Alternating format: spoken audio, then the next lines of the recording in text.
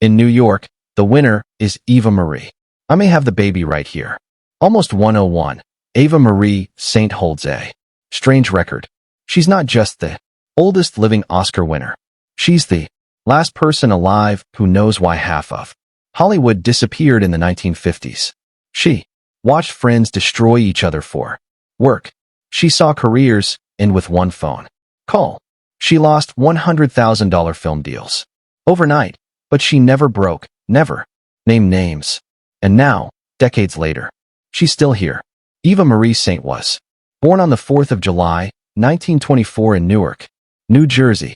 That date made her sound like she was destined for something great. Her parents were Quakers, her father a businessman, her mother a teacher, and their faith was quiet, honest, and peaceful. That same calm strength would later show up in Eva Marie's acting. She wasn't loud or flashy. She was grounded. She was real. When she was still a child, her family moved to Delmare, New York. It was a sleepy little town near Albany with fewer than 4,000 people back then. At Bethlehem Central High School, Eva Marie kept her head down, studied hard, and didn't dream of acting yet. She graduated in 1942, right in the middle of World War II. Many of her classmates went straight to war. Everything felt serious and uncertain, but she stayed focused. Teachers noticed her voice. It was clear, confident, and warm. Something special even then. She followed her older sister to Bowling Green State University in Ohio. At first, she wanted to be a teacher like her mother. The campus was buzzing with change. Wartime had brought more responsibility to the women there as many men were off fighting. Eva Marie blended in, just another student trying to find her place. That is until one night at her dorm. It happened at Schatzel Hall. She was in her pajamas, goofing around with friends when she sang I'm Just a Girl Who Can't Say No from Oklahoma. It was just for fun. But something shifted. Her friends saw it. Her performance wasn't just a silly sing-along. It was alive, real, full of charm and honesty. Word got out.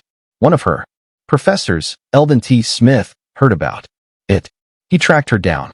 He saw something rare, poise, intelligence, heart, and urged her to audition for plays. At first, she hesitated, but he wouldn't give up. Slowly, she gave in. That's when everything changed. She dropped her education major and switched to theater. Her father told her, "Honey, whatever you want to do, you just do your best." So she did. After graduating in 1946, Eva Marie headed straight for New York City. No backup plan, no waiting, just pure belief. She started at the bottom, literally. Her first job was as an NBC page. She gave studio tours, fetched coffee, watched everything. At the same time, she was modeling and grabbing whatever acting gigs she could find. She worked nonstop, juggling small radio parts and day jobs. It wasn't glamorous, but she was learning, watching, waiting for her chance. Then one day in 1949, something unexpected happened. She was walking through the subway near Rockefeller Center. A man, Jeffrey Hayden, noticed her. It wasn't just her looks. He was drawn to the way she moved and to the black modeling portfolio she carried. It had her name, Eva Marie Saint, written in gold at the bottom. He couldn't get her out of his mind. They talked. She didn't drink coffee, so they had lunch. Instead, he was a television director. She was chasing a dream. They clicked instantly. Her 1949 date book still has his first words scribbled down. Jeff's here to stay, and he was. They got married on October 28, 1951. Their marriage lasted 65 years until Hayden's death in 2016. In a town full of breakups, they were the rare love story that stuck. By the time she married Hayden, Eva Marie was already making a name for herself. Live television was booming, and she was everywhere.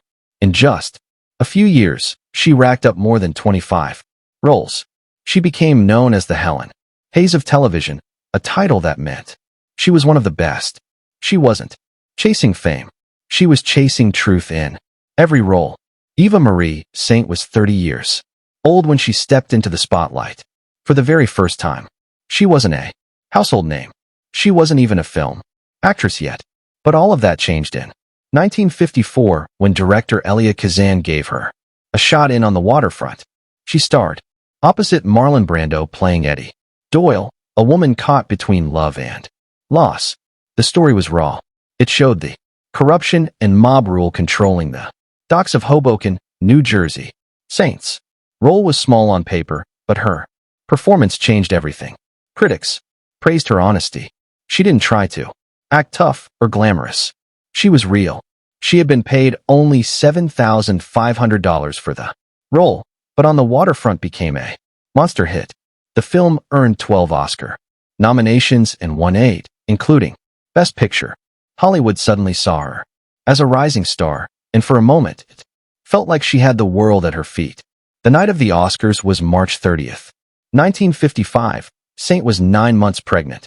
Her husband, Jeffrey Hayden, begged her not to go, but she insisted. She wore a sleek black dress, swollen feet hidden beneath the hem. When Frank Sinatra called her name as Best Supporting Actress, the room went silent for a beat. Then she stood up, wobbled slightly, and walked to the stage. She kissed the Oscar and smiled. Then she said it. "I may have the baby right here."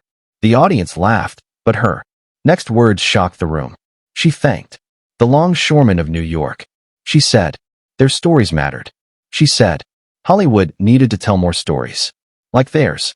It was meant to be kind, honest, maybe even noble.